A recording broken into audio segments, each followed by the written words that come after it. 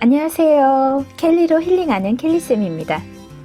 붓펜을 이용한 캘리그라피 기초 수업 벌써 세 번째 시간이에요. 오늘은 드디어 문장 쓰기 시간이네요. 문장은 생각이나 감정을 말이나 글로 표현할 때 완결을 나타내는 최소 단위인데 메시지를 담으려면 단어만 나열해서는 완성이 안 되잖아요. 우리가 지금까지 단어가 가진 이미지로 느낌을 표현했다면 이제 정확한 메시지는 문장으로 표현해야죠. 지난 시간에 캘리를 잘 쓰려면 연상되는 이미지를 조형미를 살려서 쓰면 좋다고 얘기했었죠. 문장을 쓸 때는 단어 하나가 아닌 여러 낱말과 주어, 목적어, 서술어, 꾸며주는 말, 의성어, 의태어 등등등 여러 가지가 한 문장 안에서 조화롭게 균형을 이뤄야 메시지 전달력이 높아지는 거거든요. 무슨 소린지 감이 잘 안 오죠? 쌤이 문장 쓰기를 할 때 필요한 포인트를 정리해서 알려줄게요. 오늘의 학습 목표는 붓펜으로 짧은 문장 쓰기를 할 수 있도록, 그리고 문장 쓰기를 할 때 핵심 단어를 강조하고 줄간, 행간의 여백을 줄여서 문장이 한 덩어리로 보이게 쓰는 법을 알고 쓸 수 있도록 하는 것입니다. 오늘은 문장 쓰기를 통해서 이제 캘리랑 좀 더 친해져 봐요. 문장을 쓸 때는 세 가지를 기억하세요. 첫 번째는 핵심 단어, 두 번째는 테트리스, 세 번째는 덩어리감. 핵심 단어는 그 문장에서 강조하고 싶은 단어를 말해요. 우리가 그동안 배웠던 글자의 크기나 굵기, 기울기, 늘어쓰기 등등 그런 방법으로 강조하면 되겠죠? 여러분 혹시 테트리스 게임을 알고 있나요? 여러 가지 모양의 틀이 내려오면 블럭처럼 딱 맞춰서 줄을 지워 나가는 게임이에요. 빈 곳을 남기지 않아야 오래 버티고 오래 버틸수록 점수를 많이 얻게 되는 그런 게임이죠. 그러니까 줄간 행간이 비어 보이지 않도록 테트리스처럼 글자 사이사이를 메꾸듯이 쓰면 문장이 하나의 덩어리로 보이는데 이게 덩어리감이죠. 문장이 덩어리로 모여 있어야 보는 사람이 편안함을 느끼고 메시지 전달이 잘 돼요. 우리가 멋지다, 참 좋다 라고 느낀 캘리그라피 작품들을 찾아서 확인해 보면 대부분의 문장이 하나의 덩어리로 보인다는 공통점이 있어요. 필요한 재료는 역시나 같고요. A4 용지, 모피 붓펜, 티슈랑 물티슈. 이제 세 가지 포인트를 살려서 짧은 문장 쓰기를 시작해 볼까요? 첫 시간에 우리 한 음절로 된 단어 쓰기 했었죠. 그때 우리 봄 한번 써봤어요. 그리고 두 번째 시간에는 두 음절로 된 거, 세 음절로 된 거 단어 쓰기 연습 계속 했었죠. 자, 첫 음절로 된 봄이라는 단어와 소리라는 단어를 쌤이 썼는데 이게 이제 문장으로 되려면 조사나 꾸며주는 말, 서술어 이런 게 들어와서 문장이 되겠죠. 그래서 선생님이 봄이 오는 소리가 들려요 라고 짧은 문장 쓰기를 했어요. 자, 이 짧은 문장 쓰기를 할 때 아까 기억해야 될 거 세 가지 다 눈에 보이나요? 핵심 단어, 봄, 소리 이렇게 두 개를 선생님이 강조해서 썼네요. 그렇게 해서 핵심 단어를 강조했고 저 봄이 오는 소리 요 사이에 줄간과 행간이 어떻게 돼 있는지도 한번 보세요. 서로 붙어 있죠. 선생님이 왜 그렇게 붙여서 썼냐 하면 이 봄이 오는 소리가 들려요 라는 이 문장이 하나의 어떤 덩어리로 보이게끔 덩어리로 보이죠? 자, 이미지와 조형미를 생각해서 메시지를 잘 전달하기 위한 짧은 문장을 쓸 때 우리가 이 봄이라는 것의 이미지는 무엇일까 생각을 해보면 봄은 희망을 상징하는 그런 단어예요. 그러니까 그냥 계절의 그 봄도 있지만 겨울 다음에 오는 게 봄이잖아요. 그리고 봄에는 겨울 동안 움츠러져 있던 게 새로 다 피어나는, 그러니까 힘든 날, 즉 겨울을 버티고 지나고 이제 봄, 좋은 날, 희망의 날이 온다 라는 그런 메시지가 담겨 있는 거예요. 지금 우리가 코로나 때문에 많이 힘들잖아요. 선생님이 이 메시지를 쓴 이유, 이 짧은 문장에다 담고 싶은 이 얘기는 이제 희망을 좀 생각하자. 아, 이제 코로나가 좀 끝날라나? 백신도 나올라나? 그런 희망을 알려주는 거예요. 봄이 오는 소리가 이제 들려요. 아, 곧 될 것 같아요. 우리 조금만 더 힘내요 하는 격려의 말이죠. 이렇게 문장에는 이제 쓰는 사람이 자기의 마음을 담는 거예요. 담을 때 주의할 게 아까 그 세 가지를 생각을 하면서 쓰면 돼요.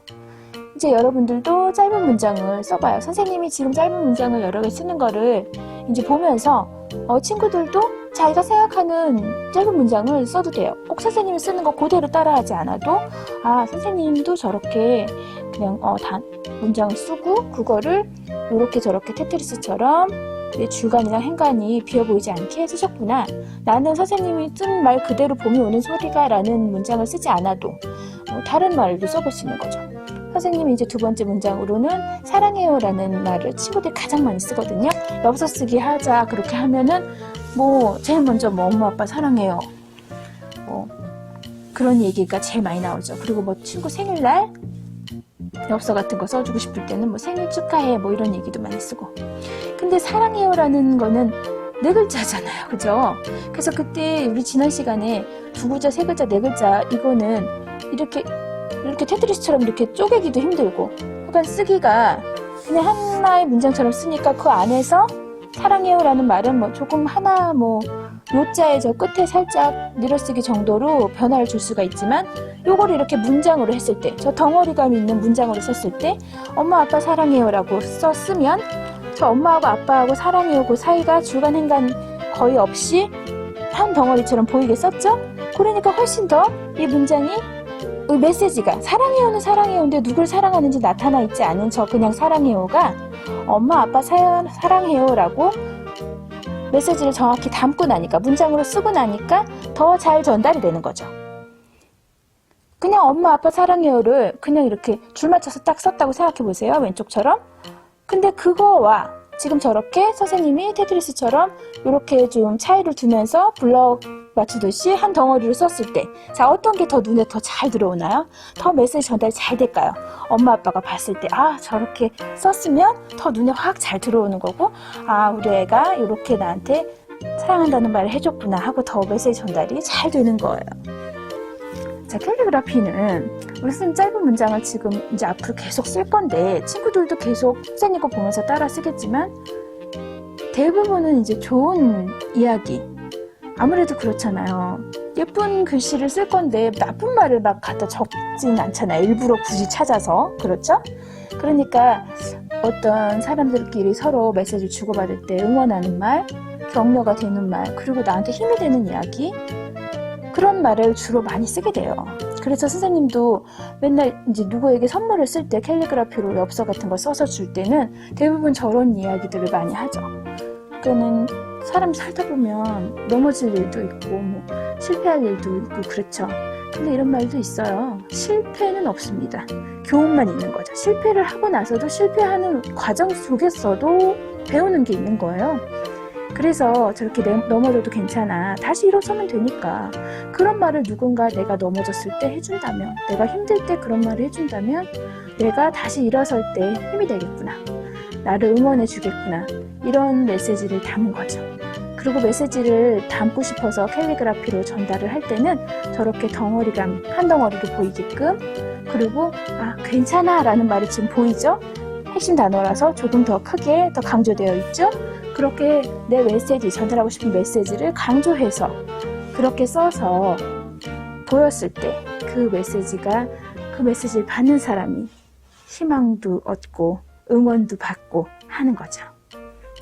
좋은 이야기들을 캘리그라피로 짧은 문장 쓰기를 계속 연습을 하다 보면 내 스스로도 선생님이 왜 자꾸 캘리를 힐링하는 선생님이다 이렇게 소개를 하냐면 실제로 마음이 조금 복잡하고 답답할 때 캘리를 쓰려고 앉아있으면 좋은 문장을 자꾸만 찾아서 보게 되잖아요. 뭐를 쓸까라고 생각할 때.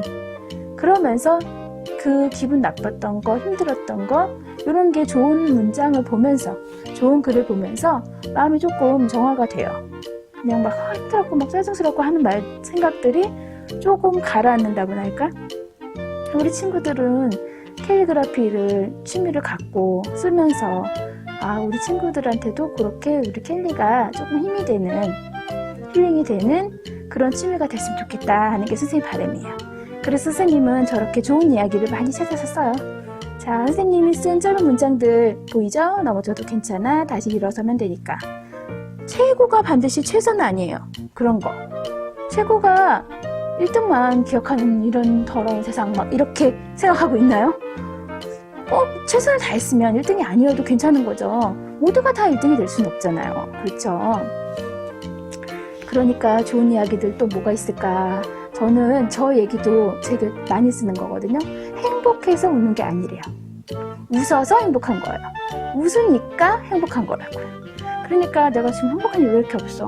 웃을 일 왜 이렇게 없어? 하지 말고 웃다 보면 행복해지는 거예요. 그렇죠? 행복할 일이 없고 웃을 일도 없고 기분이 나빠서 내가 웃음이 나질 않아 이렇게 생각하지 말고 한번 웃어보는 거예요. 웃다 보면 기분이 좋아지면서 행복해지는 거니까요. 그리고 또 좋은 이야기들, 짧은 문장들 선생님이 자주 쓰는 거 뭐가 있을까? 지금 저 문장 속에서는 잊지 말고 짚고 넘어가야 될 게 있어요. 지금 저 문장 안에서 행복이라는 말이 2번 반복이 됐죠. 행복해서 웃는 게 아니야. 행복해서 웃는 게 아니야. 웃으니까 행복한 거야 할 때는 행복하고 또 행복이 나오죠. 근데 선생님이 첫 번째 행복보다 저 마지막 행복을 더 강조한 이유가 저거예요. 행복해서 웃는 게 아니니까 앞에 행복보다 웃으니까 행복. 그게 뒤에가 더 메시지가 강한 거죠. 그 메시지를 전하고 싶은 거잖아요. 그러니까 뒤에 거를 조금 더 강조한 거예요. 근데 앞에 행복이랑 뒤에 행복이 같은 행복이란 단어가 반복이 되는데 글씨체가 전혀 다르다. 예를 들면 앞에는 뾰족뾰족하게 쓰고 뒤에는 두물두물 썼다. 그러면 이게 통일감이 없어서 이 문장 안에서 선생님이 조화를 이루어야 된다고 했죠? 그게 이제 너무 밸런스가 무너지는 거예요. 그러니까 저런 문장 안에서 같은 말이 반복될 때는 비슷한 스타일로 저기 웃는 게 아니야 할 땐 야자하고 행복한 거 야 할 때 야자가 이렇게 벌어지게끔 저 라인도 비슷하게 했죠? 그리고 행복이라는 글씨체도 비슷하게 했고 저 말은 펭수가 했다고 그러던데 가장 나다운 것이 가장 좋은 거예요. 이렇게 펭수가 얘기했다던데요. 나다운 것이 뭘까요? 남들 하는 거 다 따라 하지 말고 주관대로 그냥 내가 할 수 있는 거 내가 할 수 있는 거 나답게 하는 게 가장 아름다운 거예요. 남들을 굳이 따라하려고 할 필요가 없어요. 그런 의미 같아요. 그죠? 그리고 우리 저런 말도 많이 쓰죠. 아침에 어머 저 다녀올게요. 잘 다녀올게요. 잘 다녀오세요. 이런 얘기도 많이 하죠. 거기서 중요한 거는 조심해서 잘 다녀오라는 거. 그냥 오지 말고 잘. 그죠? 그래서 잘하고 온다. 다시 되돌아온다라는 거를 강조해서 저렇게 거기다가 핵심 단어라고 생각하고 강조해서 쓴 거예요. 여러분들도 문장을 쓸 때 내가 무슨 말을 강조하고 싶은지 그 다음에 너무 중간이 허무하고 비어 보이지 않는가 이런 거 신경 쓰고 그리고 또 한 덩어리로 보이는지 그거 한 번 더 체크하고 그러다 보면 정말 필력이 쑥쑥쑥 느는 거예요. 친구들이 제일 많이 선생님 이거 좀 써줘 보세요 라고 이제 강의 다니다 보면 부탁하는 글씨가 저거예요. 선생님 저 친구 내일 생일인데요. 친구한테 엽서 써줄 건데요. 카드 써줄 건데요. 생일 축하한다고 좀 써주세요. 이런 부탁이 제일 많거든요. 생일은 기쁜 날이잖아요. 생일은 슬프지 않잖아요. 그래서 글씨 자체도 조금 신이 났어요. 생일을 축하합니다. 이렇게 해서 막 뭐가 다 이렇게 올라 있는 거죠. 기분이 업돼 있는 느낌으로 저렇게 썼어요. 그리고 선생님의 글씨를 마지막으로 저렇게 꼬불꼬불 한번 해본 게 생일 케이크에 항상 달려있는 게 있잖아요. 폭죽 뻥 터뜨리면 그 안에 색지가 저를 땡글땡글 말려갖고 확 쏟아지죠. 그런 느낌? 약간 그런 느낌을 표현을 해볼까? 이런 생각으로 한번 저렇게 생일을 축하한다는 말에 되게 꼬불꼬불하게 파마한 것처럼 그렇게 써봤어요. 생일이니까 케이크에 촛불도 붙여야겠죠? 그래서 여기다가 촛불도 하나 그려보고 그리고 아까 저 꼬불꼬불한 글씨 생각하면서 저기 구석에다가 폭죽도 한번 터뜨려보고 문장을 쓸 때 일단 머릿속으로 여기다가 내가 초를 그려야겠다. 이쪽 부분에 빈 공간에 저렇게 폭죽 그림을 그려야겠다. 이게 머릿속에 구성을 해놓으면 색깔 이제 글씨하고 그림 일러스트를 배치하기가 머릿속에 일단 있으니까 그러면은 그림 그 일러스트 그릴 공간을 여기 구성을 해놓고 글씨를 이렇게 밑으로 쓰는 거잖아요. 거기가 그 일하고 그 한자의 그 사이에다가 행간 줄간이 비어 보이지 않도록 폭죽의 끝이 자리를 하고 있는 거예요. 그래서 전체적으로 일러스트하고 글씨까지도 하나의 덩어리로 보이게끔 그렇게 하는 거죠. 그리고 선생님이 저기다가 공간을 남긴 이유는 뭘까요? 생일은 기억해야 되는 날이니까 날짜를 적기 위해서 이 공간도 선생님 머릿속에 구성을 하고 남겨놓은 거예요. 저 축하라는 그 말 끝에 길이로 연장선으로 날짜를 적는 거죠. 7월 10일은 선생님 생일이에요. 그래서 선생님 생일로 날짜를 딱 써봤어요. 생일은 핵심 단어가 생일일 수밖에 없죠. 근데 그냥 뭐예요? 생일이 아니고 축하해야죠. 그래서 생일과 축하를 강조한 거예요. 생일을 축하합니다. 아니면 이제 친구들은 저렇게 생일을 축하합니다라고 잘 안 하고 생일 축하해 뭐 요즘은 생축 뭐 이렇게 얘기하잖아요. 그죠? 생일하고 축하가 핵심이기 때문에 생일 축하해라고 그냥 5글자로 얘기할 수 있어요.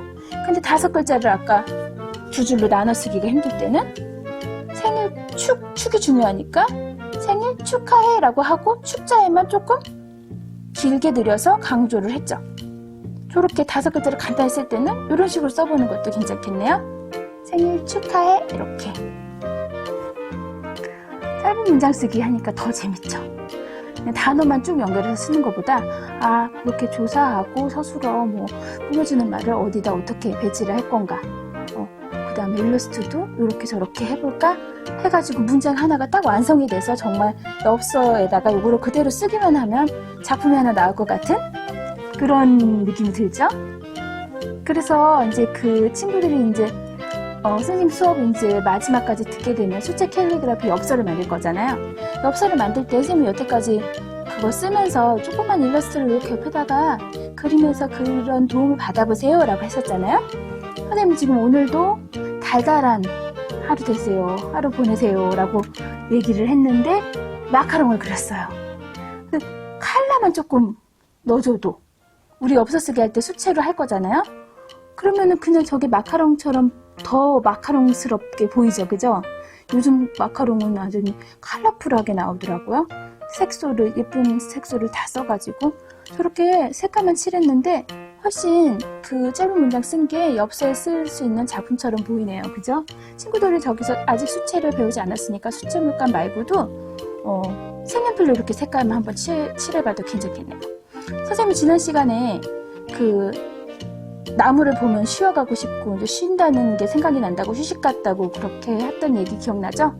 그럼 그 생각하면서 저렇게 잠시 쉬어가도 괜찮아 라는 문구에 나무를 두 그루 한번 그 아자를 땅처럼 이렇게 그려놓고 거기에다 뿌리 내린 나무같이 한번 해봤어요. 이렇게 하니까 어울리네요, 그쵸? 오늘 이제 짧은 문장 쓰기를 하고 나니까 이제 곧 친구들이 막 이쁜 엽서나 뭐 카드 같은 거에 막 서로 주고받을 것 같은 그런 생각이 들어요. 아직 친구들을 못 만나서 자세히 모르겠지만 빨리 코로나 끝나서 친구들이 학교를 잘 다니고 선생님도 친구들 보러 갔으면 좋겠네요. 친구들 아침은 어때요? 선생님 아침은 항상 커피와 함께 커피를 한 잔 하는 그 시간이 선생님한테는 제일 이제 하루를 어떻게 보낼까 하는 계획하는 시간이기도 하고 힐링이 되는 시간이기도 해요. 우리 친구들은 학교 가는 아침도 있고 온라인 수업해야 되는 아침도 있죠. 학교 가는 아침은 좀 바쁠 텐데 우리 학교 가는 아침이 좀 신나는 학교 가는 길이 정말 좋은 신나는 날이었으면 좋겠네요. 빨리 우리 학교에서 가서 직접 봤으면 좋겠어요. 진짜 짧은 문장 써보니까 어때요, 친구들? 이제 켈리랑 조금은 친해졌나요? 오늘부터는 이렇게 빈 종이만 보이면 문장 쓰기 한번 해보세요. 좋아하는 가수의 음악을 들을 때도 그냥 귀에 꽂히는 가사를 받아 써보기도 하고 아무 책이나 꺼내서 펼친 곳에 눈에 들어온 문장을 그냥 써보는 거예요. 뭐든 즐기는 사람을 이길 순 없어요. 즐기면서 켈리랑 좀 더 친하게 지내보는 거예요. 푸가 그랬죠. 곰돌이 푸가 매일 행복할 순 없지만 행복한 일은 매일 있다고요. 선생님 그래서 오늘 엽서로 한번 푸 얘기를 써봤어요. 그 소소한 행복들은 늘 있는 거니까 우리 친구들에게 캘리 쓰는 재미가 작은 행복이 될 수 있도록 캘리쌤도 더 열심히 강의 준비할게요.